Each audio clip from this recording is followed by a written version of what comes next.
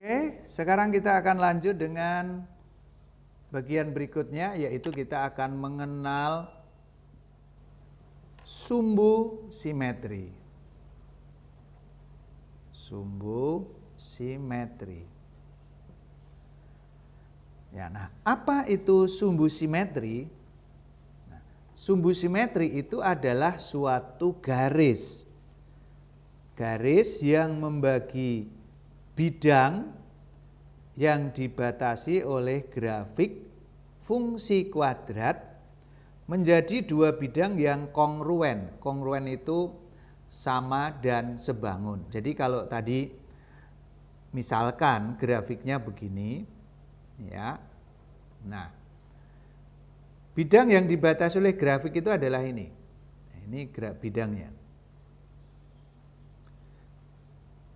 Nah, mirip dengan pencerminan. Jadi sebuah garis yang membagi bidang ini menjadi dua sama persis, ya, menjadi dua sama persis. Jadi ini persis di tengah-tengah dan belum tentu sumbu Y, ya. Nah, ini yang namanya sumbu simetri. Ini. Jadi kalau ini kongruen, kongruen ini artinya sama dan sebangun. Jadi kalau dilipat itu bisa saling nutup. Jadi kalau yang dipotong, dilipat bisa saling nutup, maka persis garis lipatan itu adalah sumbu simetri. Bagaimana menentukan persamaannya? Nah, persamaan sumbu simetri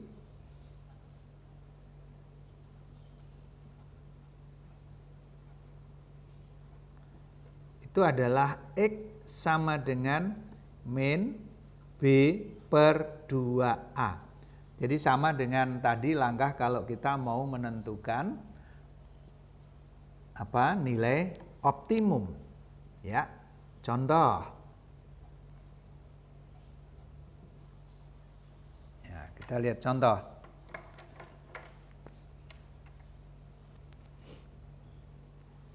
Diketahui fx sama dengan misalnya 2x kuadrat min 4x min 5. Nah, tentukan persamaan sumbu simetrinya. Jadi persamaan sumbu simetrinya adalah persamaan sumbu simetri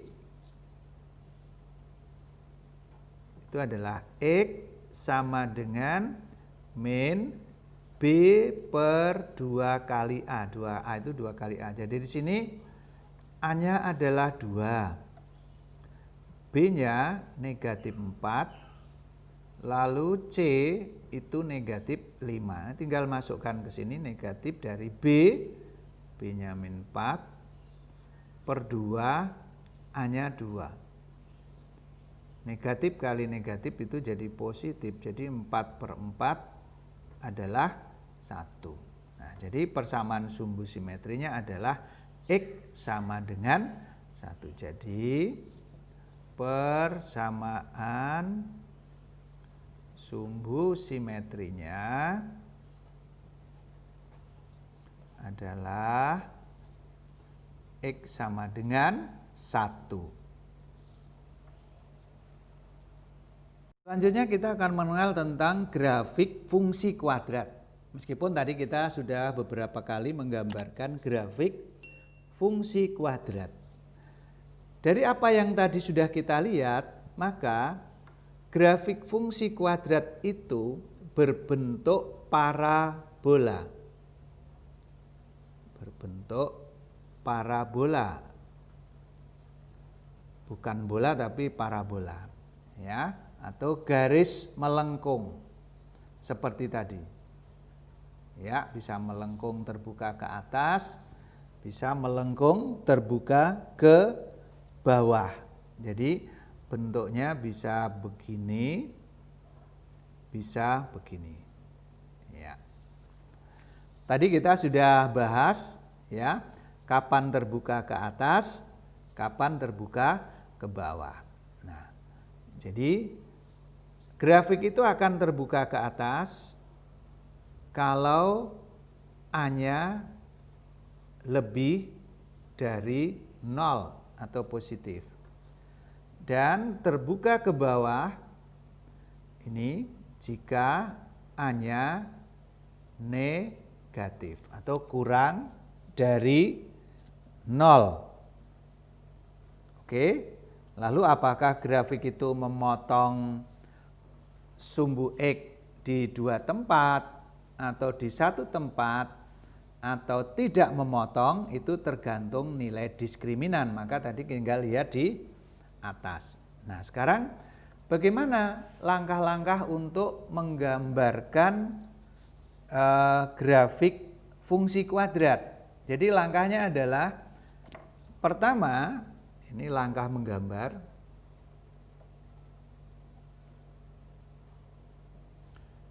Ya. Tentukan titik potong grafik terhadap sumbu X. Jadi yang harus dicari pertama adalah titik potong grafik terhadap sumbu X. Caranya tadi sudah ada di atas. Yang kedua, tentukan persamaan sumbu simetri. Barusan dibahas tadi ya, persamaan sumbu simetri. Kemudian tentukan koordinat titik puncak. Ini koordinat titik puncak.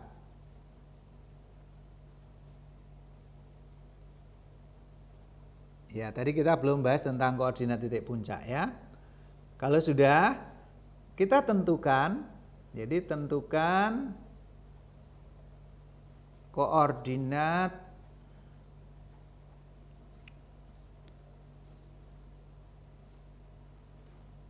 beberapa titik lain.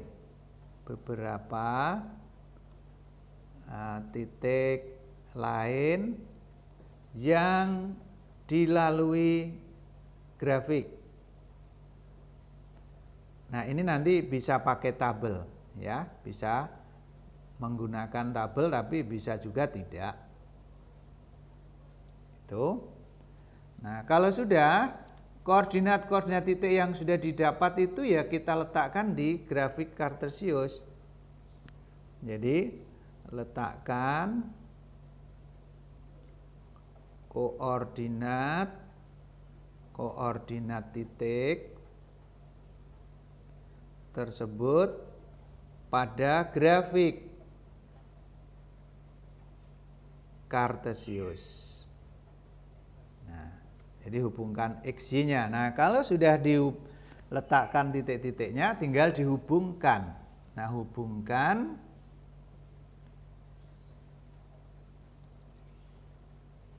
titik-titik tersebut dengan garis utuh melengkung. Ya, maka jadilah grafiknya. Nah, supaya lebih jelas, kita akan melihat contoh untuk menggambarkan grafik. Nah, sebelum menggambar grafik, kita akan lihat sebentar tentang koordinat titik puncak. Koordinat titik puncak.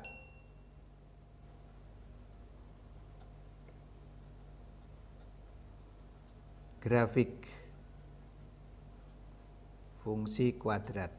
Nah, koordinat titik puncak ini disebut juga dengan nama lain itu koordinat titik balik. Koordinat titik balik. Nah, kenapa dinamakan koordinat titik balik? Mari kita lihat sejenak tentang gambar grafik. Tadi kita di awal sudah menggambarkan beberapa grafik ya. Ada dua kemungkinan grafik itu adalah terbuka ke atas seperti ini. Kalau seperti ini berarti titik puncaknya ada di bawah ya. Di titik terendah. Ini. Nah, kalau kita lihat grafik ini dari atas dia turun ke bawah sampai di titik terendah, nanti nilainya akan balik lagi ke atas. Maka ini dinamakan titik balik. Jadi titik puncak itu sama aja titik balik. Nah, karena titik baliknya setelah mencapai titik terendah, maka dinamakan titik balik minimum. Nah, kalau grafiknya terbuka ke bawah seperti ini, maka titik puncaknya ada di atas. Nah, grafik ini naik, jadi nilai-nilai fungsi ini ya, naik. Setelah sampai nilai tertinggi, nanti turun lagi. Balik lagi ke bawah. Maka dinamakan titik balik. Karena baliknya setelah mencapai nilai tertinggi, maka namanya titik balik maksimum. Oke. Nah, tadi kita lihat bahwa grafik itu seperti ini, itu ketika nilai A-nya tadi adalah positif, lebih dari 0 ya. Lalu grafiknya terbuka ke bawah, itu kalau A-nya negatif, kurang dari 0. Lalu berapa koordinat titik baliknya? Nah, kita lihat bahwa koordinat titik puncak atau titik balik itu dapat kita tentukan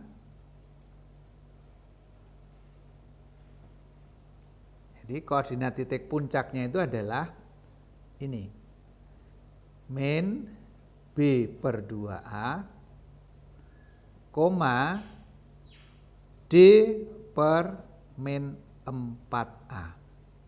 Nah, inilah koordinat titik puncaknya. Jadi sebenarnya sama dengan tadi, ini persamaan sumbu simetri ya.